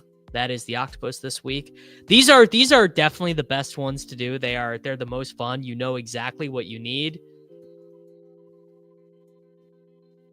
I really enjoy sweating these. All right, there we go. We have got all the touchdowns. Now, all right, let me see if I'm not going to be able to share this, but I do have Numi's select, or not Numi. I do have Nez's selections for the Hateful Eight. He sent me 4 of them. This is the Gold Star Mega Lock Play of the Week. His first Hateful Eight selection for Mr. Nez is Nick Westbrook-Akine, who has 8 touchdowns on 38 targets this season, not to score a touchdown. That one felt pretty good to me. Historical anomalies. I knew you'd have my back, bro. Kelsey went 7 for 89 against the Chargers in the first matchup, has 107 catches, 1,312 yards, 8 TDs, and 19 games against the Chargers. I knew historical anomalies would have my back. All right, we have got Nick Westbrook-Akine as the first leg of the Hateful Eight. We are going to take Jonnu Smith as the second leg here. We're going to take him 0.74x not to score. And I looked a little bit into this one, and this price is crazy because while Jonnu has been really involved as a receiver in general, he has not been super involved as a red zone weapon. This like the second touchdown in this game was like a 40-yarder. Basically, I think A-Chain is your touchdown guy there. So we are doing the lower on Jonnu Smith. Next leg, we have Mr. Kyler Murray not to record a rushing or receiving touchdown. This one, I mean, I think I'd take this at like 0.2x negative or something. I mean, it just feels crazy. Kyler does not run in the red zone anymore. Kyler Murray How many rushing touchdowns do we think Kyler has in his career? Kyler Murray in his career. That's a good. I'm gonna guess he has 9 rushing touchdowns for his entire career, but we're gonna find out. Kyler Murray in his career. Holy shit, he's got way more than I thought. Wow. 30 rushing touchdowns in his career. Did you guys know that? I certainly did not know that he had 30 rushing touchdowns in his career. But I don't care. You think after winning the Hateful Eight last week, Lou, the Hateful Eight won. Do you know this? Do you know that the Hateful Eight, the 8-legger hit last week? Do you know that, bro?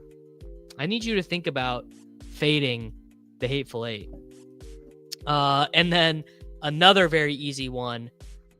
We are going to take Marquez Valdez-Scantling to not record a touchdown. These marginal wide receivers not to score a touchdown. These have to be the best wagers to make. True. Yeah, I agree, JMC. I have not touched on this yet, but man, would we really love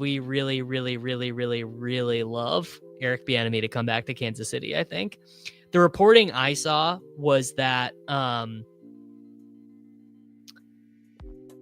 reason why he was even at UCLA was because he just wanted to take a year off to chill after being done in Washington. So I think he probably will, honestly, come back to Kansas City.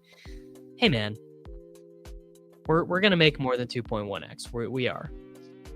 I think I'm just done with Jayden Reed at this point. Jayden Reed is the Packers do not throw enough. The Packers just do not generate enough forward passing. Imagine Nagy gets hired somewhere else. That would be insane. All right. So those are Nez's 4 contributions. Nick Westbrook-Akine, Jonnu Smith, Kyler Murray, and Marquez Valdez-Scantling not to score touchdowns. Let us continue our hate. Can I do Breece Hall not to score a touchdown? What about, can I do Devin Singletary not to score a touchdown? Do they even offer that? Devin Singletary not to score a touchdown. What is our multiplier right now? 3. Oh, man. Well, maybe you weren't that far off. All right. Devin Singletary not to score a touchdown. It's Tyler Algier. No, you can't do Tyler Algier. What about Mooney not to score a touchdown? What about Ray McLeod not to score a touchdown? No, you can't do it. Losing the whole game, and Love had 12 completions. Yeah, here, I'll look. What do we think Jayden Reed's snap share was last night?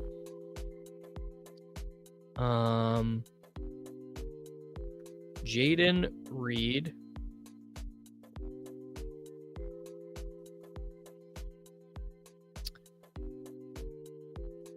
View in premium stats, snaps by position. 27 snaps for him last night. 1 backfield, 16 in the slot, 8 out wide. So really bad. Really bad for Jayden Reed last night. Oh, Kyle Pitts not to score a touchdown. Who said that in chat? Oh, it's not even there. Yeah. Well, what can you do? Rusty? All right. Can we do... Oh, Rachaad White. No touchdown. Bang. Rachaad White, no tud. Let's do... Oh, can I do James Cook not to score a touchdown? Or are you guys going to send me to jail? There we go. Up the multiplier a little bit. And let's do... I don't know. Who's a good lower? Who are we trying to hate on this week? Let's do... Oh, Aaron Rodgers lower passing yards. Aaron Rodgers lower passing yards. QJ is a good one. We'll do another one. I'll do my mind has been woke to lowers because we won one. It's so funny, like, oh dude, lowers. Like, come on, dude, we're just doing hires. We love fantasy points. No, man, we are very woke. We are very woke in these parts to lowers now. All right. There we go. We will do the first Hateful Eight, the Nez-inspired Hateful Eight, which we feel very good about. I mean, I'm adding Nick Westbrook-Akine not to score a touchdown on every entry. The Hateful Eight winner last week. All right. For the audio listeners, the Hateful Eight is Nick Westbrook-Akine not to score a touchdown, Jonnu Smith not to score a touchdown, Kyler Murray lower, Marquez Valdes-Scantling not to score a touchdown, Devin Singletary not to score a touchdown, Rashad White no touchdown, James Cook no touchdown, Aaron Rodgers lower passing yards. Yeah, I think Bucky practiced today. I think we should feel pretty confident about that. From my point of view, it is the Jedi who are evil. Well, it is all a matter of perspective. From a certain point of view. From a certain point of view. All right, let's fire another one.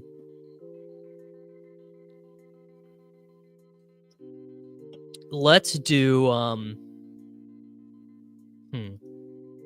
Let's do yards on this one. Let's do lower on the yards. So let's do I don't know. We'll do Tyler Algier lower than 18.5 rushing yards. Tyler Algier like basically doesn't play anymore. That one can't be that risky, right? Tyler Algier, well, he did have 11 for 59. He had 0-0-0 against Denver. Tiger Uppercut is woke. He knows the Jar Jar was a Sith Lord. That's what George Lucas wanted to do, man. That is 100% what George Lucas wanted to do, and someone talked him out of it. Yeah, let's do Justin Herbert lower passing yards. Justin Herbert lower than 228.5 passing yards. What do we got on Cooper Rush on Monday night? 234.5. Yeah, sure. Lower than 234.5 passing yards.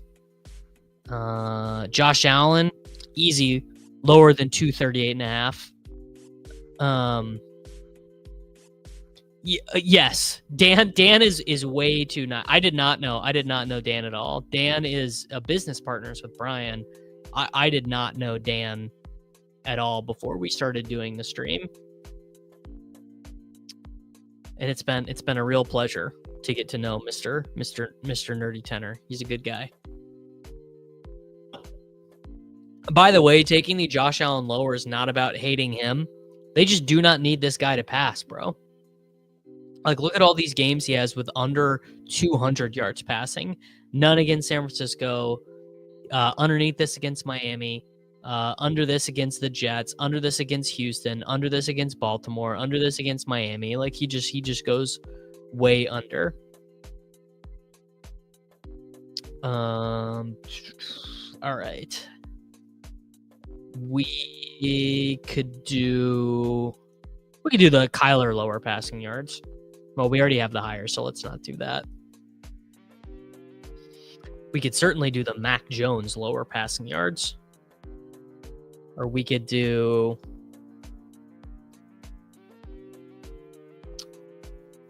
Oh, here we go. Here's an easy one. We will do Tank Bigsby lower rushing yards, 32.5. It feels like my whole mind has been freed with these lowers. Who are some of the Giants that we could take lowers on? Or we could take highers on Wandale, I guess. We could do Devin Singletary again. Yeah, let's do Devin Singletary lower rushing yards. There we go. Poor Devin Singletary. Pittsburgh, who can we do a lower on in Cleveland, Pittsburgh? We could do Najee lower rushing yards. We could do Jalen Warren.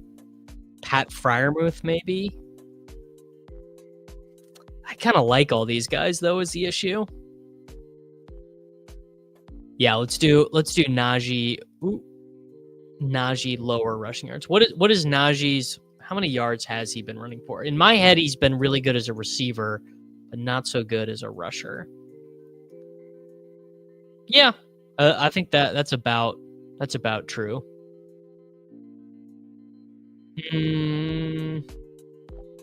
Yeah, so the thing about Gus Edwards is I'm not that convinced he's that far ahead of Kamani Vidal.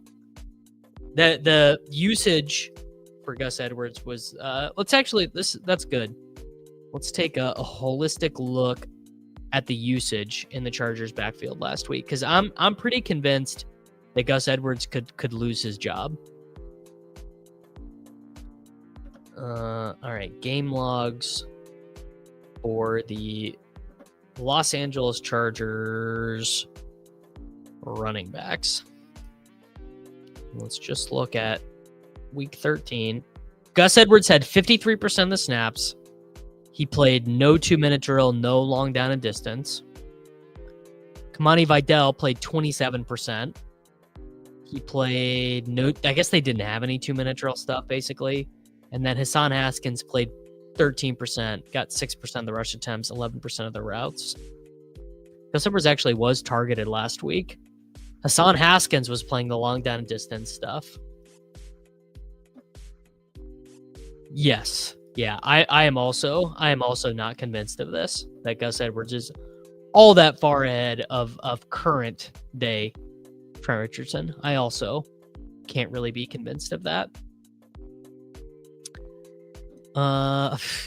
Yeah, give me the Matt Breida touchdown. All right, we are up to 40x. We need one more. Who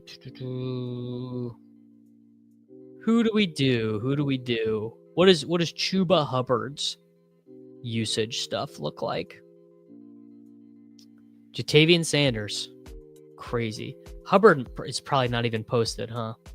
Oh, yeah. All right. Let's do lower than 72.5 rushing plus receiving yards for Chuba Hubbard. I assume that is relatively in line with what his usage has been recently. How often do they throw him the ball? I feel like he doesn't get the ball that much as a pass catcher.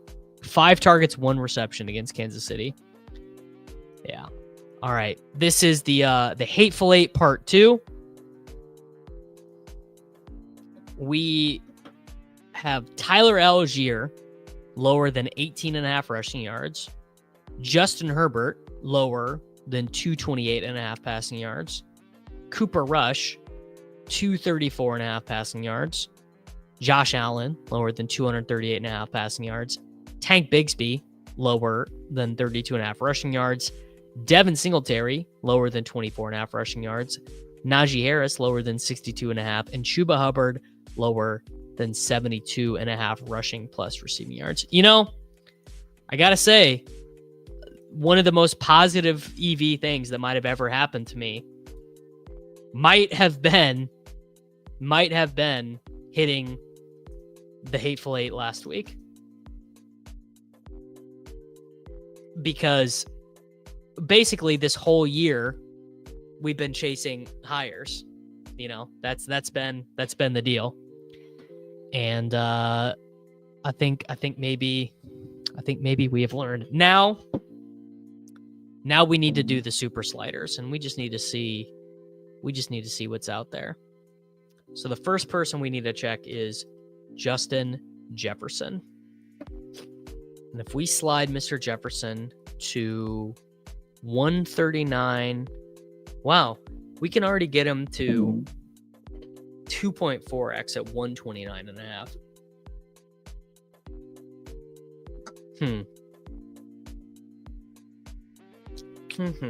I do kind of like that. How often is Justin Jefferson in his career? How many times has Justin Jefferson gotten over 130.5 receiving yards? Has to be a lot of times, right? That's a lot of times. That is a lot. That is at least 21 times in his career he has crested 129.5. Works for me. Now here, I know that this is stupid, but I am taking Barkley up to 179.5 rushing yards. If he wants to do this week, he can do this. There's nothing stopping him. Now, I don't know the answer to this, so let's just test this. I am just curious. What happens with a flex when you have one crazy like that? And let's just take an even money, like a total. Let's do Jameis passing yards. So the flex is still crazy.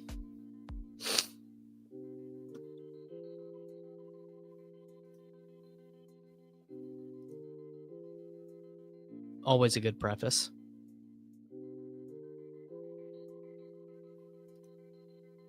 I don't know. Type that again. Type it again. I don't understand. Let's do Mike Evans receiving yards on this one. Let's do Mike Evans up to 89.5. Oh, it's our max. So break that down. I'm gonna have to refresh.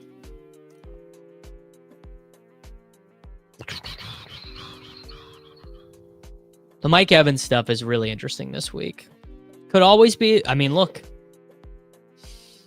Could always do. We could always have a Jamar Chase ceiling game. All right, Mike Evans. What is it to just get him to 79.5? All right, there we go. I'm going to do both versions of this. So I'm going to do this as a flex to play it for 316.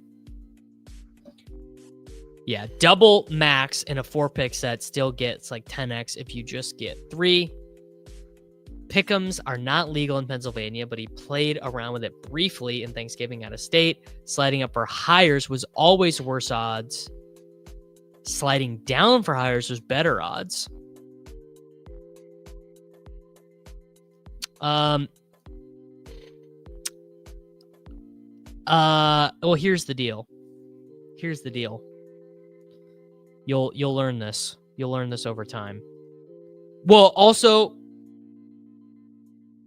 Saquon Barkley over 700. The thing that you guys are not accounting for is that Saquon Barkley over 179.5 receiving yards should be even money. That's the thing that you're not accounting for. The whole DFS best ball world needs Saquon Barkley to just chill out. But the Saquon Barkley super slider is happening. There's nothing you can do about it. There's nothing I can do about it. It just is what it is. All right, there we go. We did the flex. We did the regular with Justin Jefferson higher than 129.5 receiving yards, Saquon Barkley higher than 179.5 rushing yards, and Mike Evans higher than 79.5 receiving yards. Now, because got to get this win is back in the chat, we got to come back to making some plus EV picks. We will make a couple plus EV picks.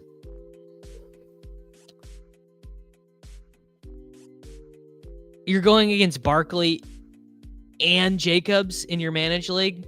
It's over for you, bro. You lost.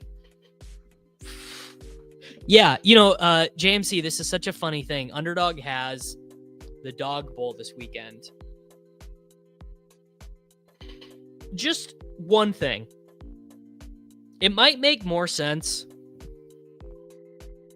It might make more sense next year to not do the Dog Bowl final in a bye week. Right? I don't know. Maybe it's complicated logistically, but if you don't have the 101 this week in Battle Royale, good luck to you. Jay Ajayi is an Eagles legend with more 200-yard games than Saquon. I don't know. How many times has Barkley gone over 200 yards this year? Has he done it once? I assume he has. He's going to lead the freaking NFL in rushing. 255 against the Rams, brother.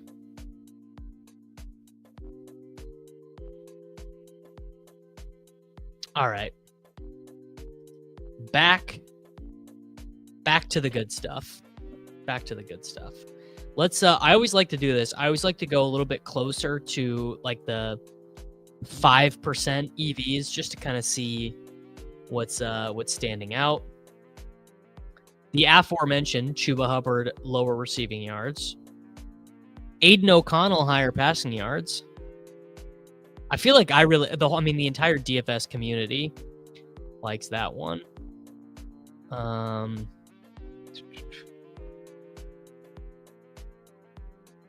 All right. I lost my place. Justin Watson higher receiving yards. No chance, brother.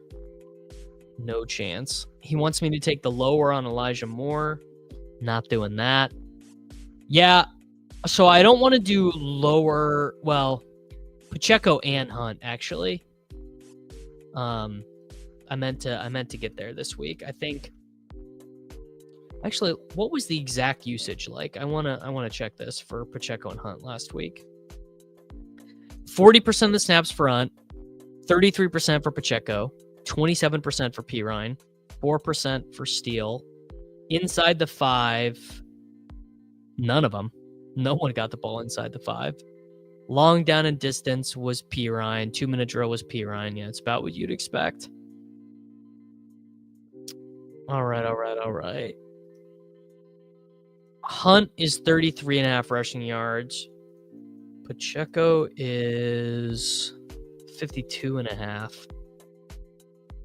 Man, I feel like one of those lowers is all time. It's probably Hunt. We're gonna toss Kareem Hunt lower rushing yards in on this one. All right, back to the tool. Let us do Xavier Worthy. He hates my guys, man.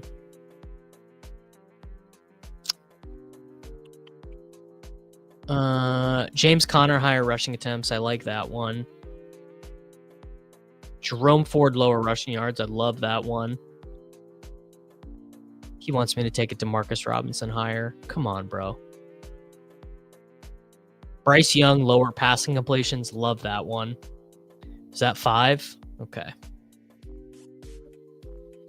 All right. We have got Bryce Young, lower passing completions. Passing completion, that feels very high. 19.5 feels like a lot for Bryce Young. Maybe that's just me. And that also feels like a lot of rushing yards for Jerome Ford. How often does Jerome Ford get 25 rushing yards in an NFL game? Does not feel like that often. I don't know. I mean, feels like Chubb is so much more likely in this game. We have got James Conner, higher rushing attempts. That one also feels pretty strong. Even in a game they lose, they might get that. Aiden O'Connell. I mean, this is I know that Pete loves Aiden O'Connell this week, so I like that. Got Chuba Hubbard, lower receiving yards. Feels like if Brooks really contributes, it's gonna be more in the passing game. We got a penalty on that. We did get a slight penalty on that one. Yeah. Well, I mean, look, Hubbard is he's kind of an explosive player, so you can get that. All right. What else do we got here? What's really close? What's really close to neutral EV? Kareem Hunt, lower receiving yards. Wow. Garrett Wilson, lower receiving yards. Yeah, I think you can talk me into that one. I think you can talk me into Mr. Garrett Wilson, lower than 62.5 receiving yards. We need one more. We'll do Puka Nacua, higher receiving yards. Puka Nacua, and we'll get it there. Small multiplier. Bang. Back to the unabated tools. Let's fire that one. That'll be our final unabated slip. All right, boys. I feel like we cooked here. I feel like that was an absolute cook show. The final all unabated data Underdog DFS Pick Em entry.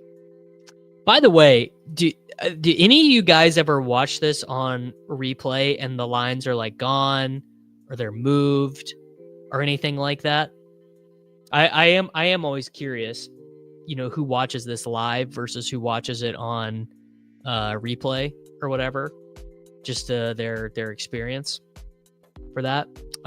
For the audio listeners, the final entry: Kareem Hunt, lower 33.5 rushing yards. Bryce Young, lower than 19.5 completions. Jerome Ford, lower than 26.5 rushing yards.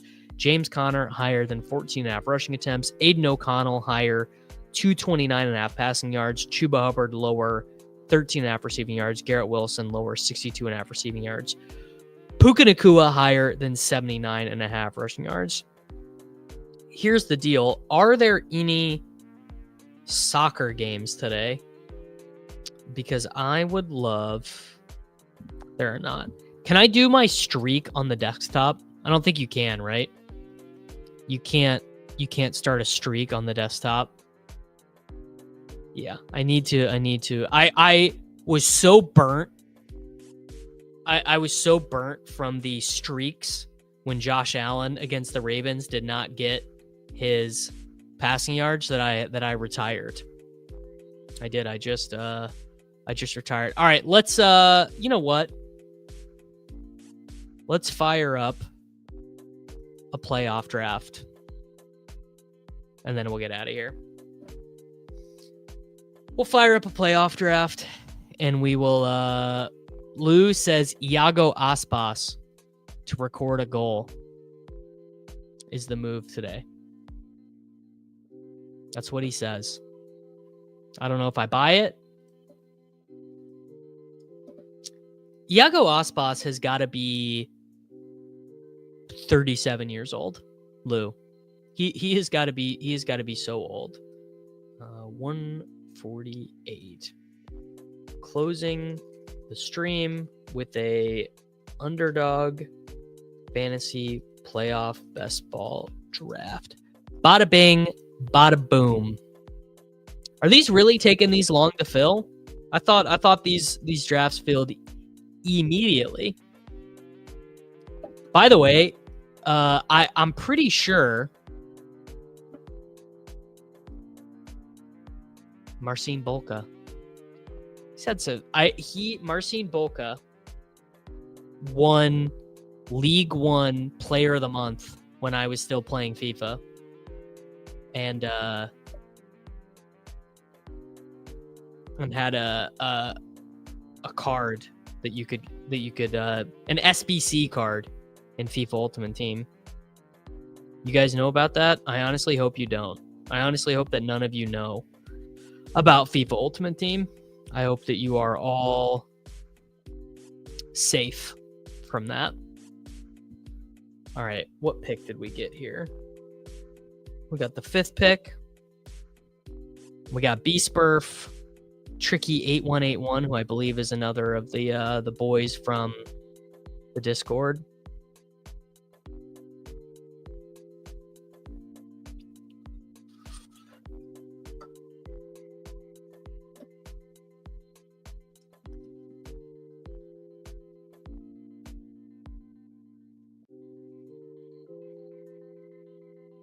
Oh, Pete's Gems video is about to be out soon. Oh my god. I don't have to answer that, bro. A lot of money though. I definitely, if I could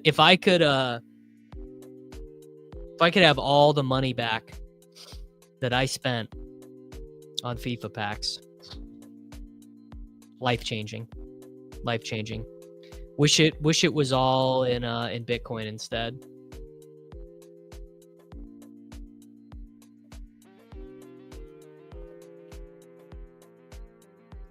There you go. Not financial advice. All right. We are up on the clock. Pick 5. Well, this is very easy. Actually, I like taking AJ Brown to give a little bit more optionality. Oh shit. Damn it. I don't have the sidekick pulled up. It's Ashton, the Hateful 8. It's in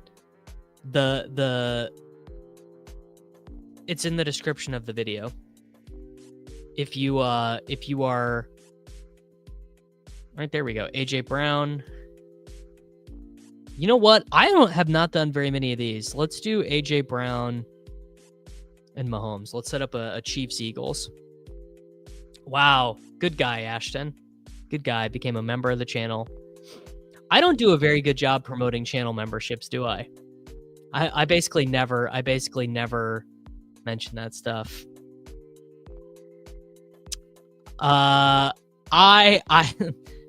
Sorry, Nolan. Historical anomalies. I have not looked at the slate tomorrow at all. I don't know who's playing who. I know nothing. Ask Lou. Lou will be better at it than I am.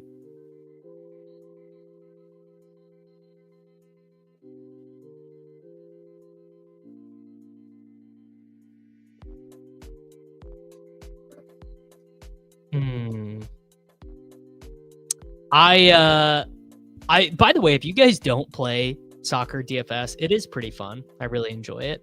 All right. So by the way, without the sidekick, which I really wish that I had, and I don't have Firefox pulled up. Are you guys ready for this? It is the return of the star method. When's the last time you guys saw the star method in action? I bet it's been a while, huh? But we are so back. All right. Old Johnny Wilson, man. You can't beat it.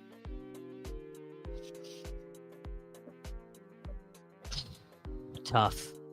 Ooh, City versus Palace. Okay, yeah, I think I would do like Foden, Grealish, Doku. I would do one of those side guys to score a goal.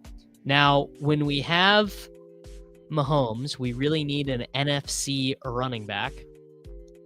Holy shit, Goff is still here. Damn, Goff is still there. All right, we're going to take Jacobs because we need to set up an NFC running back. But I wish that I was in a position. I don't think I've ever seen Goff last this late. Once the mitten got open.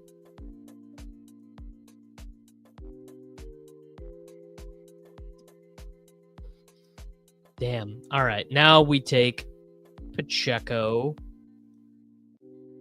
Because guess what? We are able to get Chiefs pass catchers all the way to the end. There. Not sure anything makes me happier than a full UDQ. I know, man. The star method is so back. All right. The turn guy, man, he's living beautifully here. I think the sidekick would say this is bad, and I think Sack would say this is bad. But I do love this Henry, Lamar, Goff, Laporta construction. He's got the two teammates. He's got the best running back in the opposite conference. And you can do Lamar and you can do Ravens the whole rest of the way. I really don't hate it. I think there's some portion of teams that it kind of makes sense to do that with. The 3-hole is quarterbackless. He passed on Jared Goff to take Travis Kelce. He's taking He took Mixon. So he needs Stroud. I'm going to be taking... Well, I'm not going to tell you who I'm going to be taking. First, we are going to take Worthy. And then we are going to take Jordan Love to pair with Jacobs because they're Packers wide receivers that you can take late. I wonder how close I will be to optimal. True. Tim Patrick is like he is the greatest. He is the definition of an elite playoff best ball pick. Jordan Love, welcome to the team. All right, we've got 2 Packers, 1 Eagle, 3 Chiefs. So we do need to get 1 more Chiefs pass catcher, 1 more 2 Packers pass catchers, I think. Yeah, I really wish I had the sidekick pulled up. Remind me of this next week when we do this show. If Nez or whoever does not join us, remind me in the end so that I can pull the sidekick up, because I don't. After drafting with the sidekick, I gotta say, I'm not loving flying blind. Should check my exposures in the way too early wild card tournament. See how many good teams I had. Probably not. I did very heavy on the Lions though. I was very, very heavy on the Lions. All right, we are going to take... This guy still doesn't have a quarterback. Beauchamp does not have a quarterback. He randomly took a Bill. He took Kincaid. Well, sadly, our good friend here is dead, and he has drafted a dead team. What can you do? All right, we are going to take Hollywood Brown. We have now achieved our 4 Chiefs. Now we need an NFC wide receiver. We have 3 selections left. I'm actually going to take Addison. It just gives you another out, because now I've got 1-1-1s. It could be fun to do a soccer DFS show, but Lou, sadly, I don't believe... For World Cup, Euros, whatever, I'll do something on the channel, but no one is gonna watch that on a Friday. It's just not the way of the world. All right, so now I have set up 4 Chiefs: Mahomes, Pacheco, Worthy, Hollywood. I'm gonna have 4 Packers, then I'm gonna have 1 Eagle and 1 Viking, which is probably not the way that is optimal to build. A 4-4-1-1. Actually, you'd probably want... What would be better would be another AFC guy. What would be better would be 2 Packers, and then it would have been for me to take an AFC guy instead of Addison. Would have been better, like Keon Coleman or Likely instead of Addison. Would have been better. But you live and you learn. We'll select Tucker Kraft as he has generated yet another touchdown.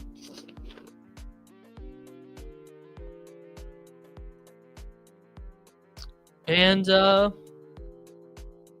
you go. We got her all done. And now we are going to take Romeo Dobbs. Well, do we take Dobbs or do we take Wicks? You know what? You don't win a martingale by closing the tab. Dontavian Wicks. So there we go. We have got 4 Chiefs, 4 Packers, 1 Eagle, 1 Viking. Our friend Vosham does not have a Super Bowl eligible team. No, he could get there if he takes 1 more Charger. Let's see if he takes 1 more Charger. B-Spurf has Allen, Cook, J-Mo, Cooper, Reed, Watt. He took Ray Davis. He took Kareem Hunt. B-Spurf, I don't love that Kareem Hunt pick. OMG has Stroud and Wilson. He's setting up the Wilson stuff. Interesting.